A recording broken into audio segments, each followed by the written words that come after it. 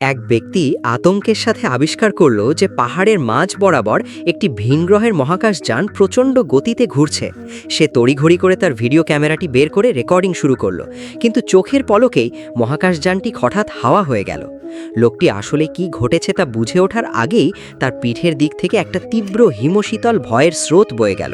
সে অত্যন্ত সাবধানে পেছনে ফিরে তাকালো, আর যা দেখলো তাতে তার আত্মারাম খাঁচা ছাড়া হওয়ার জোগাড় হলো। ভিনগ্রহের প্রাণীটি ততক্ষণে তার ঠিক পেছনে এসে হাজির হয়েছে, আর তার বড় বড় দুটো উজ্জ্বল চোখ দিয়ে লোকটার দিকে এক দৃষ্টে তাকিয়ে আছে। এই দৃশ্য দেখে লোকটি প্রাণ ভয়ে দৌড়ে পালাতে চাইল, কিন্তু মহাকাশযানটি ততক্ষণে অনেক আগেই সামনে এসে তার জন্য অপেক্ষা করছিল। এরপর একটি তীব্র নীল আলোর ঝলকানির সাথে সাথেই লোকটিকে মুহূর্তের মধ্যে মহাকাশযানের ভেতরে টেনে নেওয়া হলো। যখন তার জ্ঞান ফিরল, তখন সে নিজেকে এক নির্জন প্রান্তরে আবিষ্কার করল।